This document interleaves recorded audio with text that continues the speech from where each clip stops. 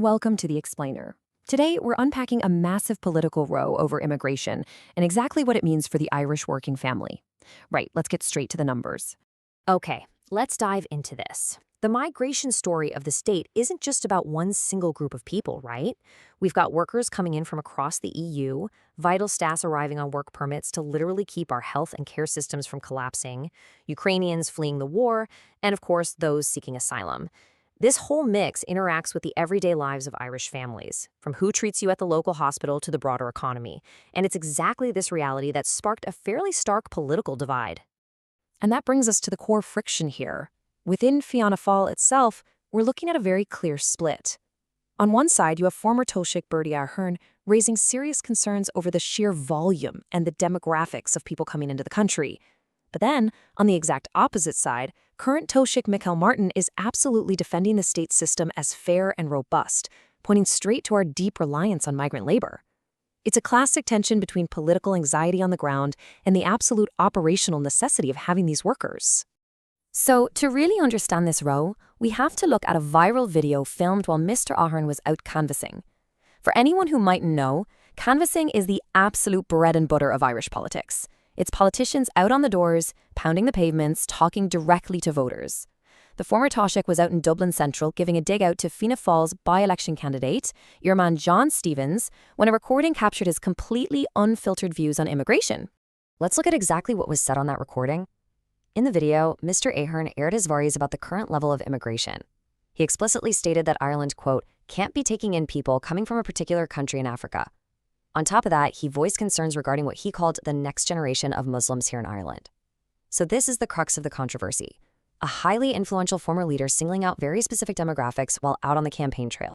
Now, mind you, it is absolutely vital to point out that Ahern did draw a line during that same conversation. He made a very clear exception for those fleeing the war in Ukraine, saying Ireland should 100% be accepting of them given the horrific conflict over there.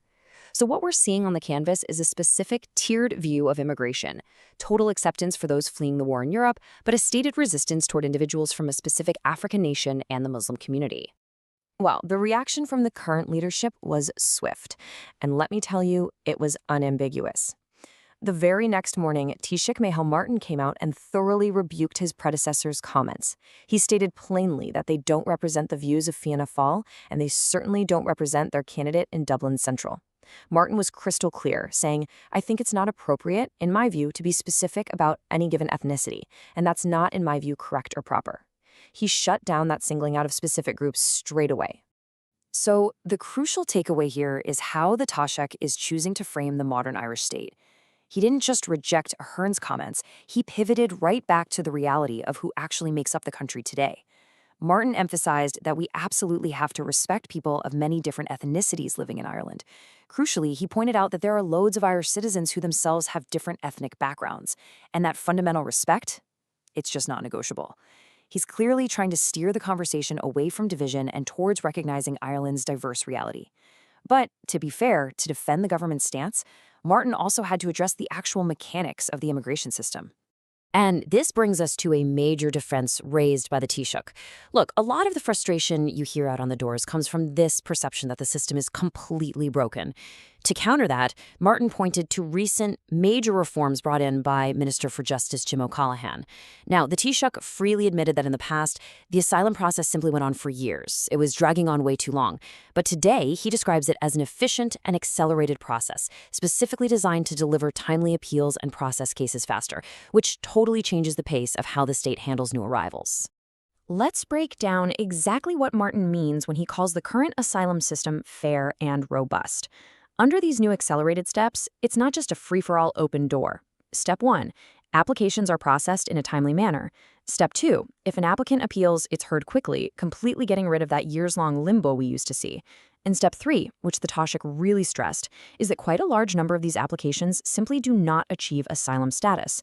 By pointing out that the system actively denies status to unsuccessful applicants, Martin is trying to reassure the public that there's strict, functioning governance in place, not the unchecked system that some critics are worried about. Now, what's genuinely fascinating about this breakdown is how it takes all that high-level political back and forth and drops it right onto our own doorsteps. When the Taoiseach talks about the broader migration story, he's really talking about the direct knock-on effect for the Irish working family. Just think about it. Our health service and the brilliant people looking after our elderly relatives are heavily sustained by migrant labor. They are a massively valuable part of the state's economic life. When politicians debate these numbers, the stark reality is that restricting these avenues directly hits the day-to-day services that Irish families rely on to survive and thrive. At the end of the day, this isn't just a bit of a political row. It's a fundamental question about the future of the country. As Ireland continues to grow, we are faced with a massive balancing act. On one hand, there's an obvious public demand for a strict, robust asylum system that processes people fairly and efficiently. But on the other hand, there is an undeniable, absolutely vital need for migrant workers to keep our hospital doors open and our economy moving. How we strike that balance isn't just going to decide the next election, it will actively shape the quality of life for the Irish family for generations to come. Thanks a million for joining me for this explainer, and I'll leave you to ponder that one.